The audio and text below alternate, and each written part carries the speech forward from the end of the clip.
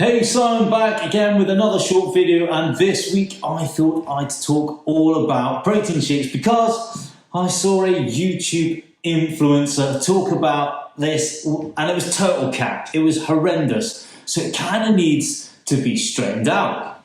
So, do you actually need protein shakes in your diet? The thing is, for me, this is such a depends question.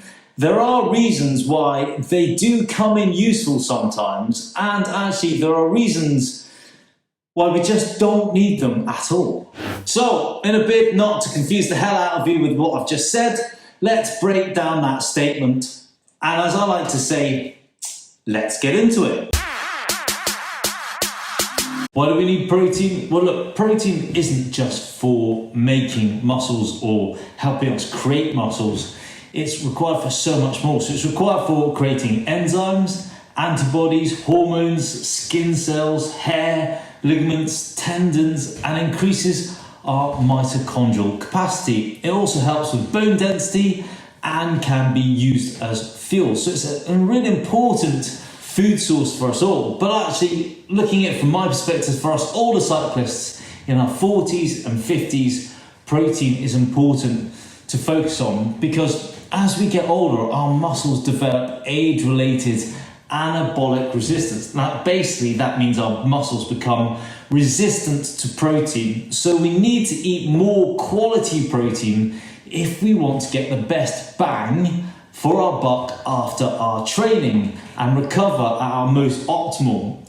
And it's important if we want to hold on to lean muscle mass because as we get older, it's more difficult for us to retain our lean muscle mass. And that's, as I've just said, partly down to the fact that we become resistant to protein. So it's harder for us to make leaner muscle. So how much do you need and what is optimal? Now, personally, I recommend between 1.6 and 2 grams per kg of body weight, depending on the intensity and the volume of your training, and as much as 2 to 2.2 to 2.5 grams per kg of body weight from the ages of 40 onwards.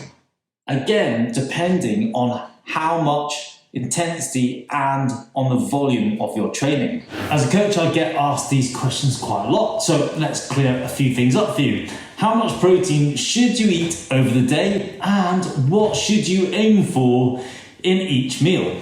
Each serving should be between 0.3 grams to as much as 0.5 grams per kg of body weight in each meal. And that also has to include 2.3 grams to 3.5 grams of the essential amino acid leucine. So what I'm trying to get across here is the quality of your protein is really important if you want to get the best bang for your buck when you're eating or choosing your protein sources. When it comes to meal timings, the current body of evidence suggests to maximize your recovery and training adaptations, the sweet spot is between 4 to 6 protein-rich meals, ideally evenly distributed throughout the day. Interestingly, everything under 4 protein feedings daily or over 6 is seen to be suboptimal. So one of the questions I always get asked is there a protein timing window? So like a optimal time to eat your protein after a training session.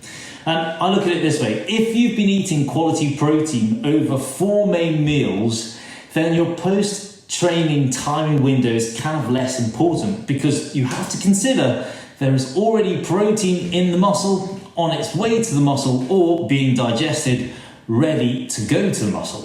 However, if you've been a bit lacking in your nutrition over the day and your training's been pretty intense or long in duration, it would be kind of prudent to consume a high quality, high protein meal pretty soon after that training.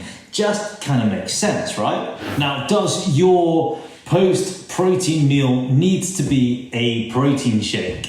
No. Are shakes just an easy, convenient way to get quality protein into the diet?